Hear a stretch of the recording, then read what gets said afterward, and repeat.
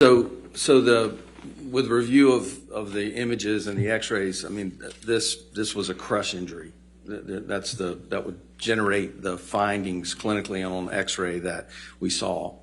The fracture is a we call it comminuted, and the tip of the finger is in multiple splinters, so there are multiple fragments, and typically you see that with a crush type injury.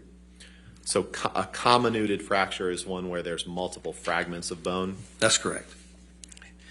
And what was the basis, other than what you've read and heard, but from the pictures, what was the basis of your opinion that the hand was resting palmar side down?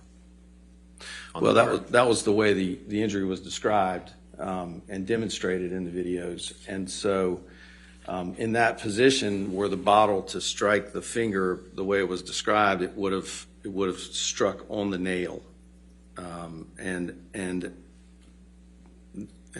the nail was really not injured, and so that's not consistent with that pattern of injury.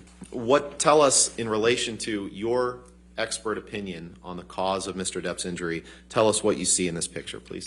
So this is it looks like an avulsion type injury where tissue's actually pulled or pinched away.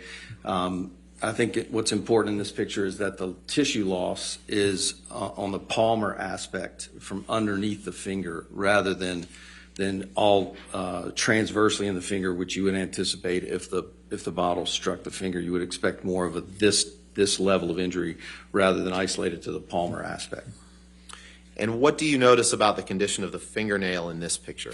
So from this image, the fingernail appears to be intact. You can't necessarily see the entire nail, but there are other images that have a better profile of that. And the nail's not elevated. There's no subungual hematoma beneath it, or there's no bruise underneath it. Anyone that's ever stuck their finger in a drawer or caught it in a car door or hit it with a hammer knows that almost immediately there's typically bleeding underneath the nail, which creates this hematoma.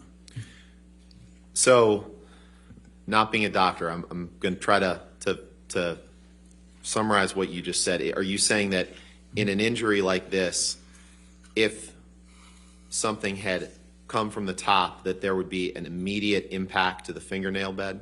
That's correct.